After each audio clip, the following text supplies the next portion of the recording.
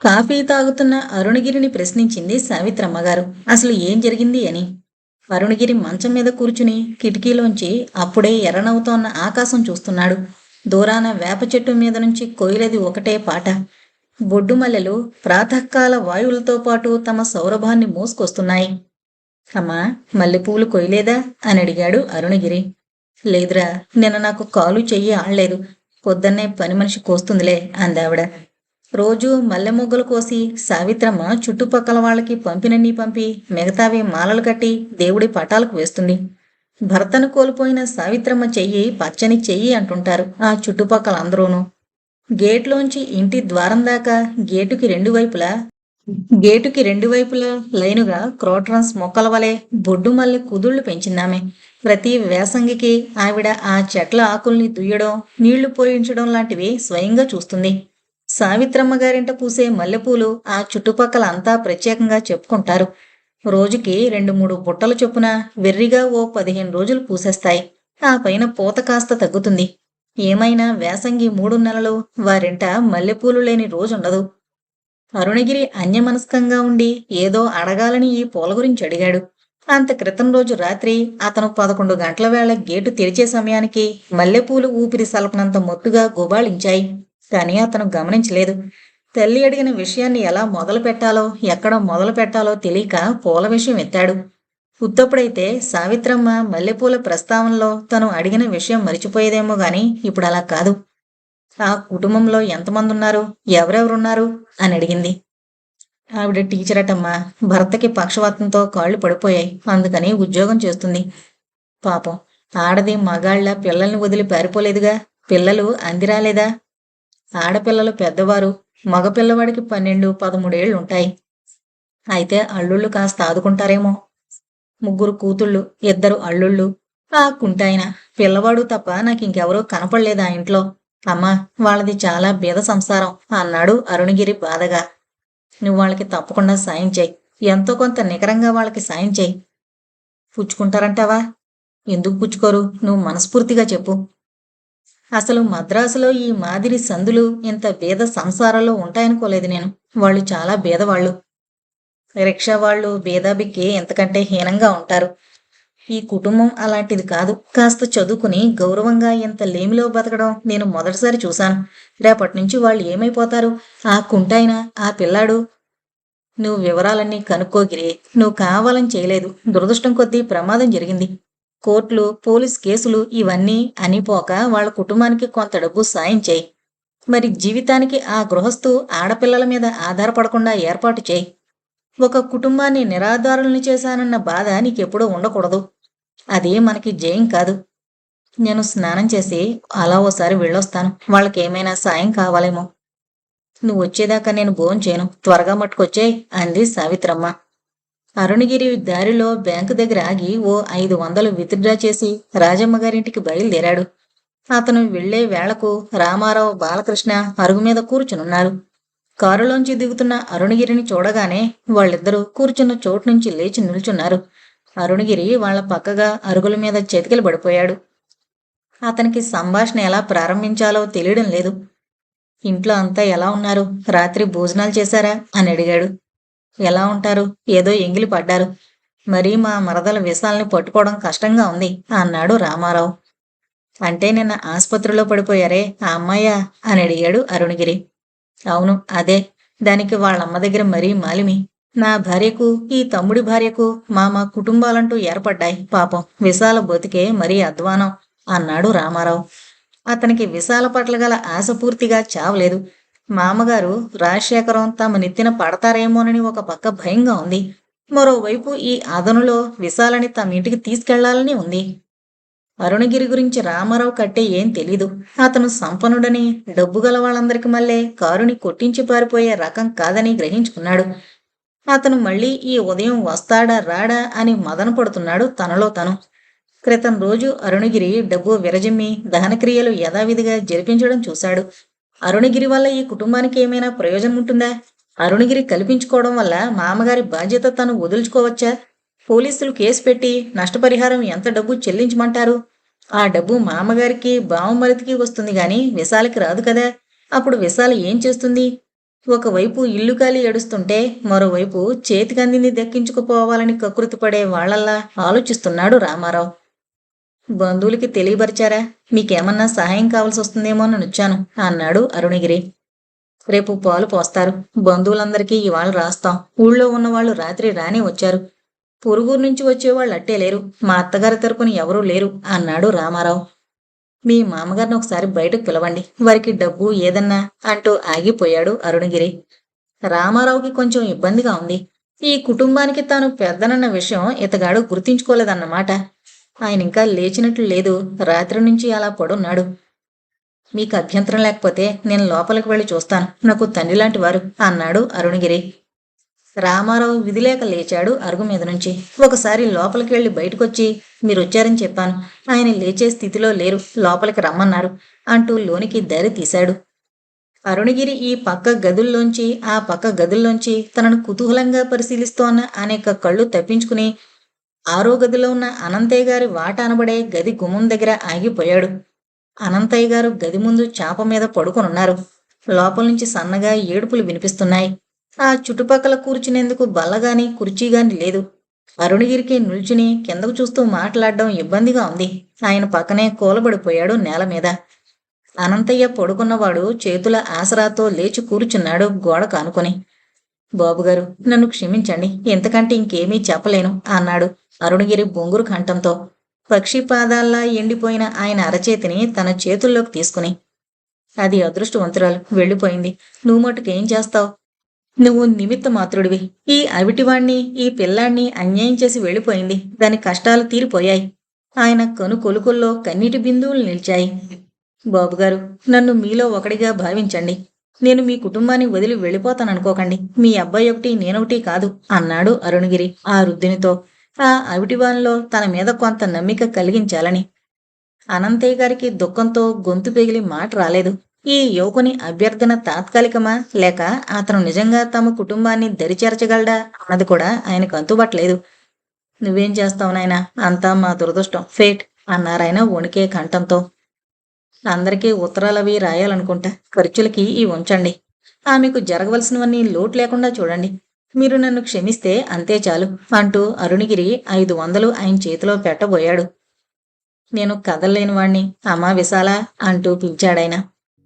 ఎదురుగుండా ఉన్న రామారావుని గాని, పక్కగా నిల్చున్న రెండో అల్లుడు బాలకృష్ణని గాని ఆయన పిలవకపోవడం గమనించాడు అరుణగిరి. శోకదేవతలా బయటకొచ్చింది విశాల. ఆమె అరుణగిరి ఉనికినే గుర్తించినట్లు, నాన్న పిలిచావా అంటూ ఆయన పక్కకొచ్చింది. అరుణగిరి లేచి పక్కగా తప్పుకొని నిల్చున్నాడు. అమ్మా, బాబుగారు ఖర్చులకు డబ్బిచ్చారు అన్నాడు అనంతయ్య. చిచ్చి, మనకా డబ్బొద్దు. అమ్మ ప్రాణాన్ని డబ్బుతో కొంటారా? మనకున్న దాంట్లోనే జరుపుదాం. ఆ పాపిష్టి డబ్బు మనకొద్దు. నువ్వు తీసుకోకు నాన్నా అంటూ ఏడ్చింది విశాల తండ్రిని పట్టుకుని. నేను అలా ఇవ్వలేదు. మీ కుటుంబానికి కలిగిన లోటు డబ్బుతో తీరుతుందా? దయచేసి అలా ఎప్పుడు అనుకోకండి. రేపటి నుంచి జరగవలసిన వాటికి తడుముకోకుండా ఇచ్చాను అంటూ నివేదించుకున్నాడు అరుణగిరి. నాన్న, నువ్వు ఆ డబ్బు తీసుకుంటే అమ్మకు ఆత్మశాంతి ఉండదు అంది విశాల ఆ డబ్బుని దూరంగా చాప మీద పెడుతూ. మీరు చెప్పండి. నేను మరో భావంతో ప్రాయశ్చిత్తం కోసం ఇవ్వడం లేదు. మా అమ్మగారి మాట ప్రకారం మీకు ఇస్తున్నాను అంటూ రామారావు వంక చూశాడు అరుణగిరి. విశాల, పసిపిల్లలా ప్రవర్తించుకో. లేలే, ముందు కర్తవ్యం ఆలోచించాలి గాని ఆ ఖర్చులన్నీ సవ్యంగా జరిగేటట్లు నేను భారం వేసుకుంటాను అంటూ రామారావు ఆ డబ్బు తీసి జేబులో పెట్టుకున్నాడు. అమ్మయ్య అనుకున్నాడు అరుణగిరి. విశాల వరండాలో ఉన్న నలుగురి మగవాళ్లని అసహ్యంతో తిలకించి వెళ్ళిపోయింది. అరుణగిరి ఉలిక్కి పడ్డాడు. అతన్ని ఇంతవరకు ఎవరూ ఏహ్యభావంతో కాదు కదా, నిర్లక్ష్యంతో కూడా చూడలేదు. ఎదుటివారిలో నిర్లక్ష్యం రేకెత్తేటట్లు అతను ఏనాడు ప్రవర్తించలేదు. కాని ఈనాడు ఒక అమ్మాయి తనని చులకనగా యావగింపుతో చూస్తోంది. అవును, ఆమె గుండెల్లోని మంట తనకేం తెలుసు? అరుణగిరి 11 దాకా కూర్చున్నాడు. బజార్ నుంచి తెప్పించాల్సిన సరుకులు, చేయవలసిన కార్యక్రమం చెప్పాడతంతో రామారావు. అనంతయ్య గారు ఈ సంభాషణలో పాల్గొనలేదు. చుట్టూ ఉన్న గోడలు ఒక్కసారి కూలిపోయాయి. తను నిరాదరుడు, అవిటివాడైన నిరాదరుడు. అన్నం తిన్నారా అని అడిగే తను రాజీ లేదు. ఈ భావం ఆయన హృదయాన్ని భయకంపితుణ్ణి చేస్తోంది. ఏ ఆధారమూ లేకుండా తానెలా కాలం వెళ్ళబుచ్చగలుగుతాడు? ఎవరి మీద తన బ్రతుకు భారాన్ని నిలుపుతాడు? ఆయనకి లోకమంతా శూన్యంగా ఉంది. ఈ 10 ఏళ్ల తన అవిటితనము ఆయన తాత్కాలికంగా మరిచి తను సంపాదించే కాలం నాటి స్వర్ణ గడియలు నెమర వేసుకుంటున్నాడు. వర్తమానంలో ఆయన బతకలేకుండా ఉన్నాడు. భవిష్యత్తులోకి భయంతో చూడలేకుండా ఉన్నాడు. ఈ లోకంలో లేనట్టు ఎక్కడో కళ్ళప్పగించి చూస్తున్నాడు. బాబుగారు, సాయంత్రం వస్తాను అని అరుణగిరి సెలవు తీసుకునేదాకా ఆయన బాహ్య ప్రపంచంలోకి రాలేదు. అరుణగిరి వెళ్ళిపోయాక ఆ ఇంట్లో 2 వర్గాలు ఏర్పడ్డాయి. మానవులు మృత్యు సాన్నిధ్యంలో ఎంత భయభ్రాంతులవుతారో అంత త్వరగా భీతి నుంచి తేరుకుంటారు. కాసేపు పోయిన వాళ్ల కోసం ఏడ్చి వాళ్లతో పాటు మనము పోలేంగాని సరిపెట్టుకుని నిత్యకృత్యాల్లో పడిపోతారు. తల్లి చచ్చిపోయింది. ఆ దుఃఖం ఒక వంక, ఇంట్లో ఉన్న వాళ్ళందరికీ వండి వార్చాలి. ఆ బాధ్యత మరో వంక. విశాల పొయ్యి మీద నుంచి అన్నం దించి అందరికీ వడ్డించింది. పిల్లలు ముందుగా తినేశారు. అనంతయ్య గారు ముందు రాననన్నా విశాల తండ్రిని రెక్కపుచ్చుకుని లాక్కొచ్చింది. ఆయన 2 చేతులు ఊతంగా పారాడుతూ గది గుమ్మం దాటి గుమ్మం దగ్గర కూర్చున్నారు. కాంతం భోజనాలు చేస్తూ అడిగింది, 500 కర్మకు సరిపోతుందా అని. ఏం, ఎందుకు చాలదు అని బాలకృష్ణ ప్రశ్నించాడు. అది కాదు, అతనన్నీ ఘనంగా చేయమంటున్నప్పుడు మనం లోభించడం దేనికి? పాపం, ఆయన చాలా జాలి స్వభావం గలవాడు. మరొకడైతే పోలీస్ కేసు అయ్యాక కోర్టులో నష్టపరిహారం ఇస్తాను అని ఉండేవాడు అంది అమృతం. మీకింకా లోక జ్ఞానం తెలీదు. పోలీస్ కేసు, ఇన్సూరెన్స్ క్లెయిమ్ అయితే ఓ 10,000 దాకానన్నా కక్కాలి అన్నాడు రామారావు. 10,000 అంది అమృతం ఆశ్చర్యంగా. అవును, మీ అమ్మ బ్రతుకుంటే ఆమె రిటైర్ అయ్యేదాకా ఎంత సంపాదించుండేదో అంతా నష్టపరిహారం కింద ఇప్పిస్తారు కుటుంబానికి. అదంతా ఇవ్వాల్సి వస్తుందని రాజీ బేరానికి వస్తున్నాడేమోనని నాకు సందేహంగా ఉంది. ఏమైనా తొందరపడి అప్పుడే ఒక నిశ్చయానికి రాకూడదు. చిచ్చి అంది విశాల. దేనికి, ఎవరి మీద అని అడిగాడు రామారావు. అందరి మీదాను, నా మీద నాకును. అమ్మ పోయి 24 గంటలు కాలేదు. అప్పుడే ఆమె ప్రాణాలకి విలువ కొడుతున్నాం. డబ్బు ఇచ్చేవాళ్ళు, పుచ్చుకునేవాళ్ళు అంతా కసాయి వాళ్ళు అంది విశాల. అయితే ఈ ధర్మపన్నాలు నీకొక్కదానికే తెలుసునుకుంటున్నావా?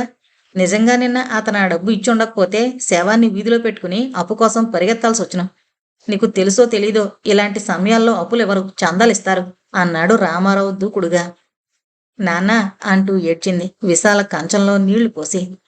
రామారావుకి మరదల మీద కోపం వచ్చింది. విశాలకి బావగారి డబ్బు లెక్కలు అసహ్యమనిపించింది. ఏమైనా అరుణగిరి అవసరం ఆ కుటుంబానికి ఉన్నదన్న విషయం ఒక్క విశాల తప్ప అందరూ నిశ్శబ్దంగా అంగీకరించారు. ఆ సాయంత్రం అరుణగిరి వచ్చి ఒక గంటసేపు అనంతయ్య గారి పక్కన కూర్చున్నాడు.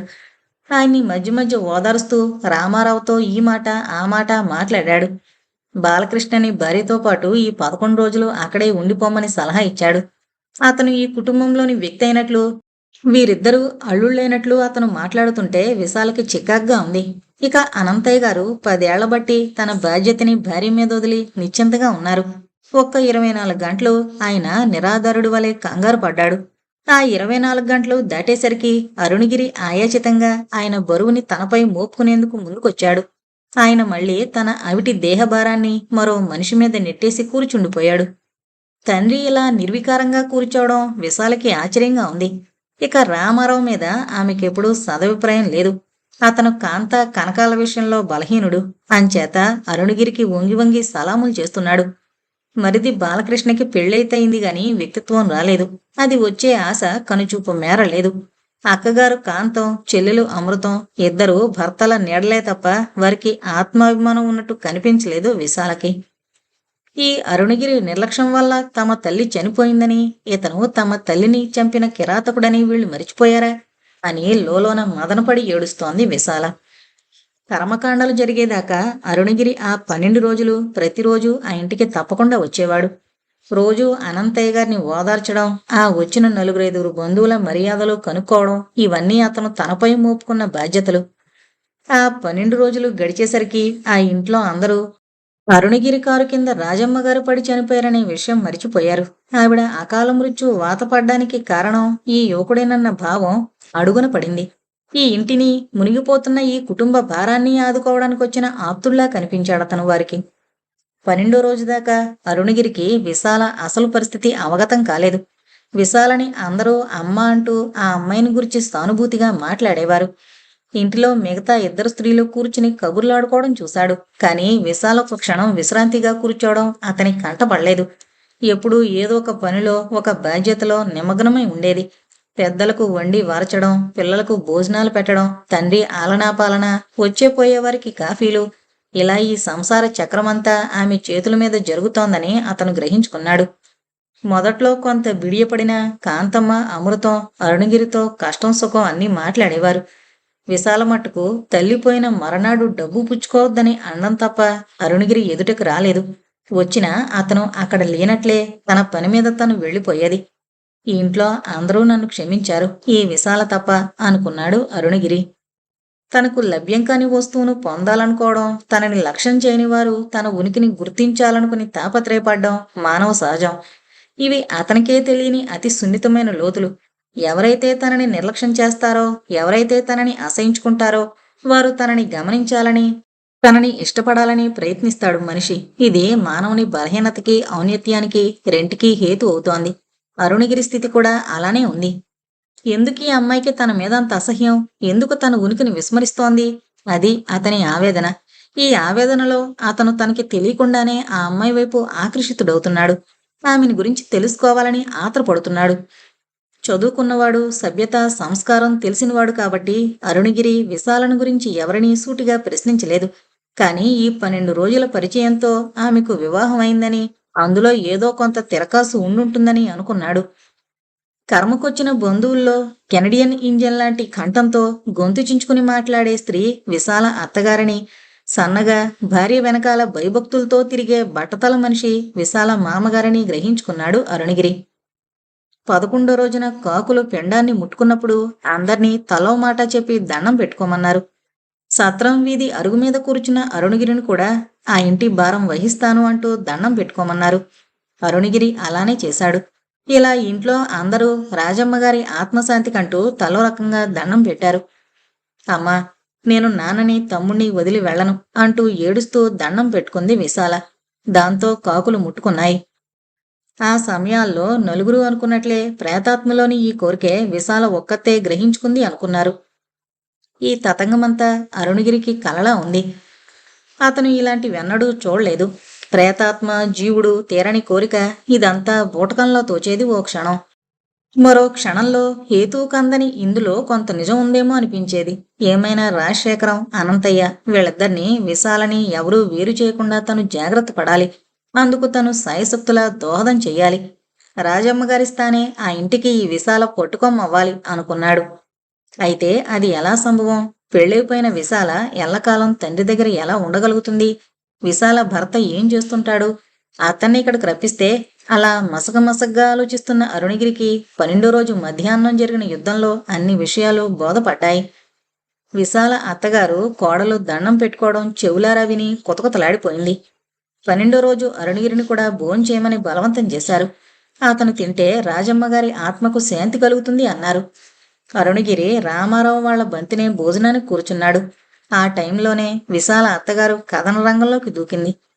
అన్నగారు, మా కోడల్ని రేపు మాతో తీసుకువెళతాం అందావిడ యుద్ధానికి నాంది ప్రస్తావనగా. అవిటివాణ్ణి, అది కూడా వెళ్ళిపోతే నేనెలా బతకను? అందుకని కూతురు కాపురం చెడగొట్టుకుంటారా? కావాలంటే మీరు మాతో రండి. మీకు పెట్టే గుప్పుడు మెతుకులు మాకు బరువు కాదు.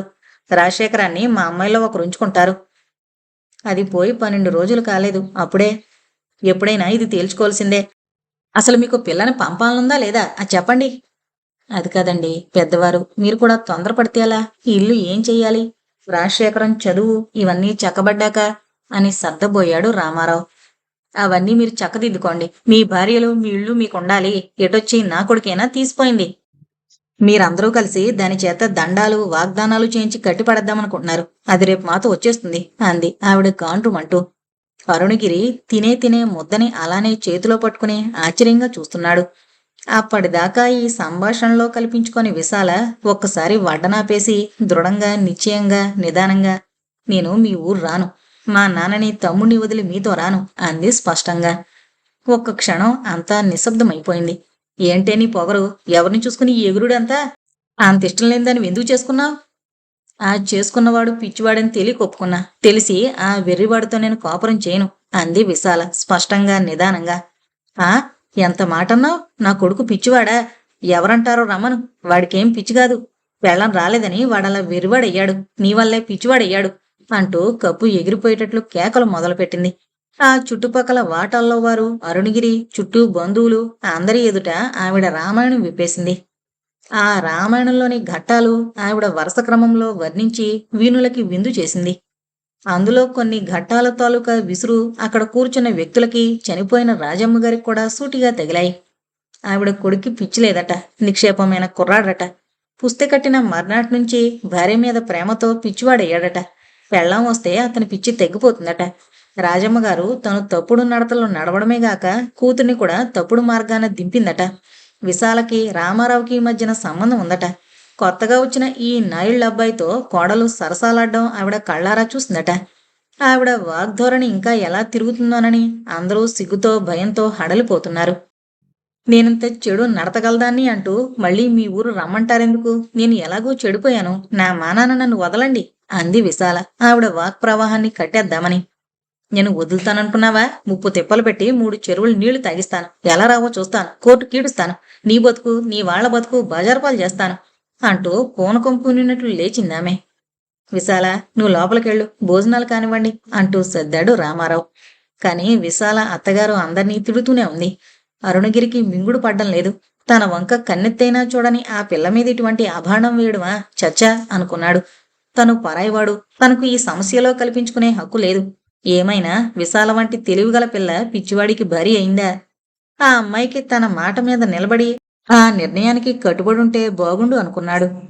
ఆ సాయంత్రం విశాల అత్తగారు మరో కురుక్షేత్రం ప్రకటించి అరిచరిచి సామాను సర్దుకుని భర్తని తీసుకుని రైలెక్కేసింది. ఆవిడ నోట్లో వావి వరసలు లేకుండా తిట్లు శాపనార్థాలు దొర్లాయి. ఆవిడ మాటలకి ఎవరూ బదులు చెప్పలేదు. తుఫాను బేబచ్చం తర్వాత వలె ఆ ఇల్లు ఆమె వెళ్ళిపోయాక నిశ్శబ్దంగా ఉన్న సమయంలో అరుణగిరి అనంతయ్య గారిని అసలు విషయం ఏంటండి అని అడిగాడు. ఆవిడ అక్కడున్నంతసేపు అతనికి పెదవి మీదపై సాహసం లేకపోయింది. మాకు తెలియక గోతులో పడ్డానాయన, ఆ పిల్లాడు ఒట్టి పిచ్చివాడు. అంటే మేధకుడా? అమాయకుడు కాదు. చిన్నప్పుడు జ్వరం వస్తే ఏదో నాటుమందు వాడారని అది వికటించిందని అంటారు. డాక్టర్లకి చూపించలేదా? చూపించారు, లాభం లేదు. అందుకోసమే తమ తదనంతరం ఆ పిచ్చివాణ్ణి కనిపెట్టుకునుండేందుకు ఈ పెళ్లి చేశారు. మీకు మొదట్లో తెలీదా? తెలిస్తే దాని గొంతు కోస్తామా? రాజీ కుళ్ళి ఏడిచేది అంటూ ఆయన వాపోయారు. అది ప్రమాదకరమైన పిచ్చి కాదు, పసిపిల్లవాడి తంతు. మెంటల్ గ్రోత్ లేదు. వీళ్ళు జ్వరం అంటూ కథలు చెబుతున్నారు గాని అది పుట్టుకతో వచ్చి ఉండాలి. అన్నం పెట్టాలి, నీళ్లు పొయ్యాలి, బట్టలు కట్టాలి అన్నాడు పక్కనే కూర్చున్న రామారావు. ఈ కాలంలో కూడా ఇలా కళ్ళు మూసుకుని పెళ్లిళ్ళు చేసేవారున్నారా అని. బట్టలవి వేసి కూర్చోబెడితే అంత కనిపెట్టలేం. కళ్ళు మట్టుకు గాజు కళ్ళులా ఖాళీగా ఉంటాయి. ఆ విషయం మేం గమనించాం గాని అది కళ్ళతీరు అనుకున్నాం అన్నాడు రామారావు. అరుణగిరికి ఈ కుటుంబ వ్యవహారాల్లో తాను తలదూరుస్తున్నట్లు అనిపిస్తోంది. ఒక పక్క అవిటివాడైన అనంతయ్య, ఇంకోవైపు బాల్యం వదలని రాజశేఖరం, మరోవైపు పిచ్చి భర్తని చేసుకున్న విశాల.